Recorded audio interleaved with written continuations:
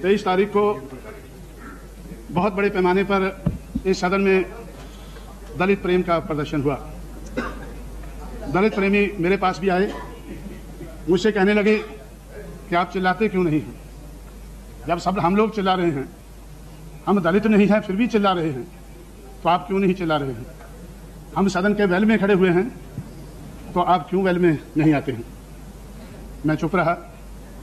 और यही नहीं, बहुत से पेपरों में भी ये बात आई कि कांशीराम को दलित प्रेम नहीं है, इसलिए वो महाराष्ट्र के बारे में चुप है। मैं महाराष्ट्र के बारे में चुप नहीं हूं। महाराष्ट्र में जाकर मैं बहुत कुछ बोला हूं, लेकिन ऐसा हुआ क्यों? इसके जिम्मेवार कौन है?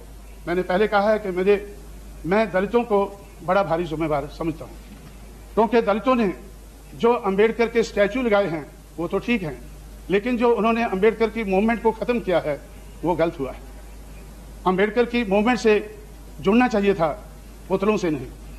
उनके पुतलों से जुड़ना इतना ज्यादा जरूरी नहीं था जितना अंबेडकर की मूवमेंट को कामयाब बनाना जरूरी था, क्योंकि स्टैचू के ऊपर तो पंछी भी बैठ जाते हैं, पेशाब करते हैं।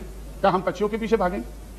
क्या हम पक्षियों के पीछे भागें कि क्या आपने ये क्या किया, स्टैचू को खराब कर दिया? दलितों को अगर अपना उद्धार करना है, दलितों को अगर उनका एम्पावरमेंट वो चाहते हैं, दूसरे एम्पावरमेंट की बात करते रहेंगे, दूसरे लोग दलित एम्पावरमेंट की बात करते रहेंगे, लेकिन उनको पावर में आने से रोकेंगे, जिस तरह से महाराष्ट्र में रोका गया और वो रुक गए।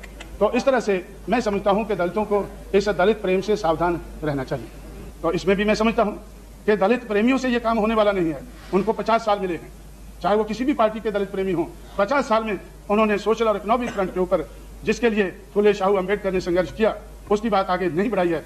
अगर आगे बढ़ानी है तो ये दलितों को ये काम खुद करना होगा, चाहे वो दलित उत्तर प्रदेश का है, बिहार का है, महाराष्ट्र का है, तमिलनाडु का है, उनको मिलजुल कर ये काम करना होगा। इस सदन के माध्यम से ये मैसेज मैं उन सारे दलितों तक पहुंचाना चाहता हूं। धन्यवाद।